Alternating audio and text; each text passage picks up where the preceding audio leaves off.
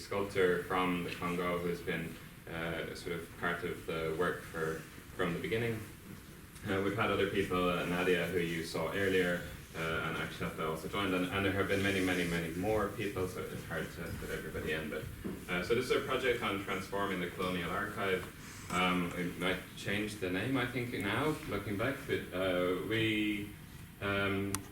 Cecelia has been working with Anna Ekman and Freddie for a long time with an archive of materials, mostly glass plate negatives and images, but other materials in it that were taken in and from what is now the Democratic Republic of Congo by Swedish missionaries in 1890 to 1920.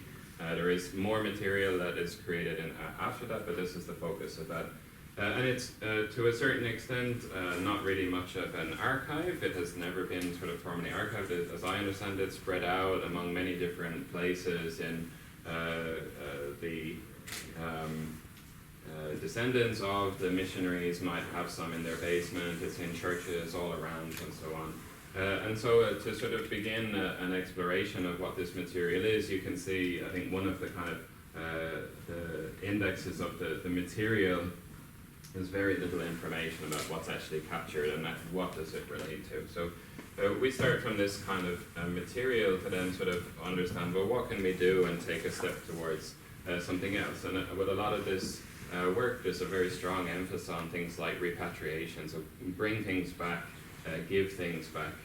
And that's complicated in this case because a lot of the materials are not materials that originally belonged to communities in the Congo. They are things like photographs created by Swedish photographers who were in the Congo, but they are also, when we started the discussions, I can remember quite clearly that there is a sense that also that there isn't, or wasn't at that point, an institution that could hold these materials, which are expensive to keep them in a good condition.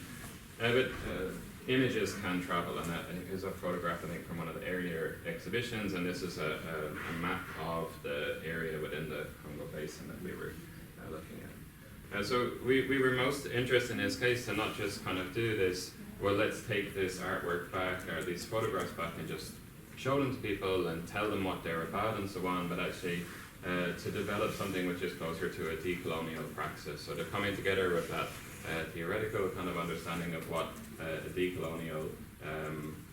decolonialism might mean, but also then the kind of mix of arts research and design practice. So we had a very kind of inter and transdisciplinary team coming together, trying to figure out, like, what does it really look like to make this kind of archive that is attempting to be something towards a decolonial archive among the kind of different groups of people and skills that we have. So we took, for me, what it was a research through design kind of approach, and bringing also kind of Cecelia and Freddie's arts practice into it. There's just a huge amount of material, many different forms and formats to be understood. We had Zoom, this was during COVID, but we were having phone calls about, I think at this point, what kind of solar panels do they have? This is a curator of the local church, trying to figure out what can we make work with digital technology. So that's where we were coming in with our sort of design and technology. And our first kind of attempt to create something to engage with this was a handheld projector. It's actually just a torch.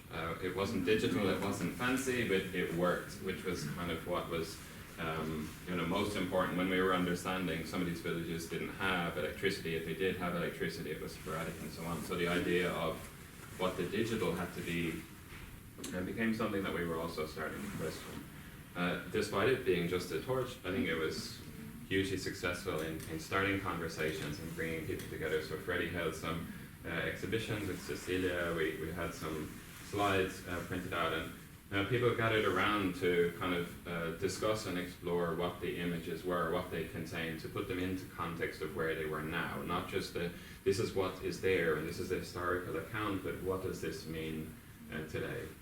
So we kind of continued to develop this, and I think the whole process was not at all a linear design process. I would kind of there would be a few weeks, sometimes months, and Cecelia would go, and then I would hear all of this fascinating stuff, and we would be like, okay, how do we change? How do we design something different? And that actually became sort of part of this understanding of what the decolonial kind of archive might look like. That it wasn't one thing, it wasn't one institution, it was fragments of technologies, of prints, of other materials that might come together. And we did learn a lot along the way, so we created an iPad app to kind of have a catalogue of materials that could be kind of annotated, and local communities could add knowledge to it.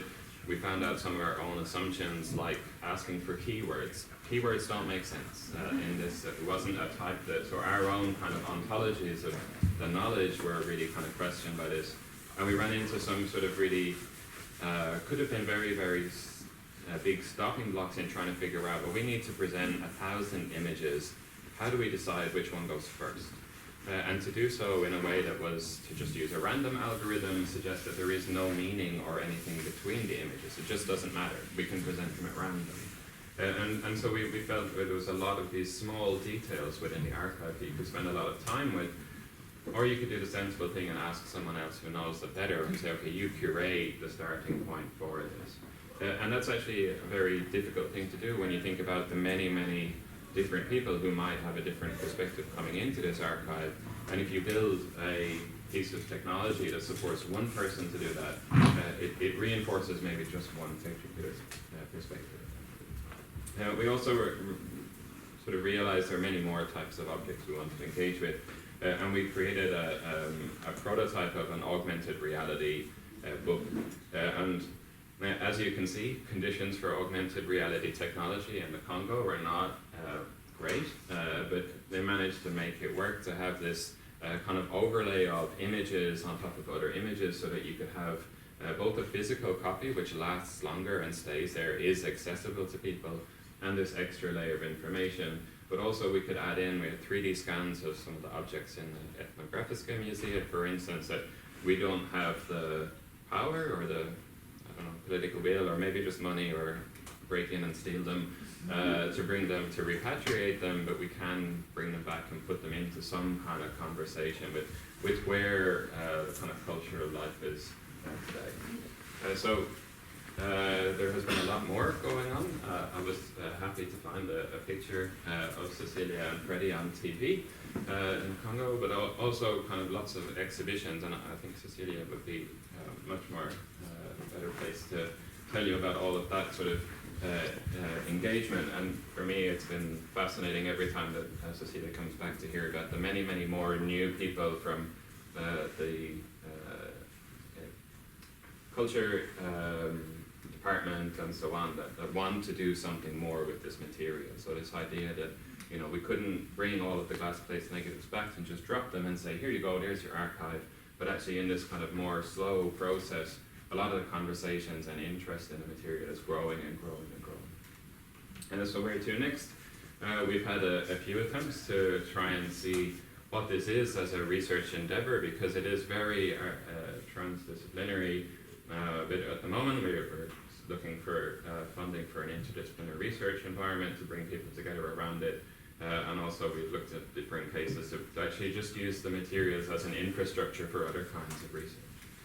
We have a huge amount of different material. I've tried to think about some of the different ways in which we have talked about it. There are many, but there are notebooks. There are ethnographic notebooks created by students of one of the missionaries that went over, that tell the story of Congolese life at this time. A unique source of information. They are not accessible to anyone unless you get the book. So to digitize them, to do different kinds of learning, to be able to actually understand what is in them and what was lost in the colonial transition. And one of the issues we've talked a lot about is this kind of epistemicide that comes from this colonial, things that are not remembered. There are film reels. They are very close to deterioration. We've tried to get some funding to digitize those so that that kind of moving image can also be incorporated. And there's lots of things we can do also with the physical objects, for instance. And this is a photograph of from the 1920s of some of the physical objects. So again, using things like AR and VR are sort of, you know, future technologies that, you know, we hear people like Apple talking about, but, you know, what can we do with them in these kind of much more like a piece of paper that can come alive in a way to engage people with them. Yeah, and there's been lots of other kind of outputs from it. We have a journal paper coming out soon, hopefully, but Cecelia has also had lots of exhibitions and other things. So that's it from me. I don't know how I'm doing on time, but thank you very much.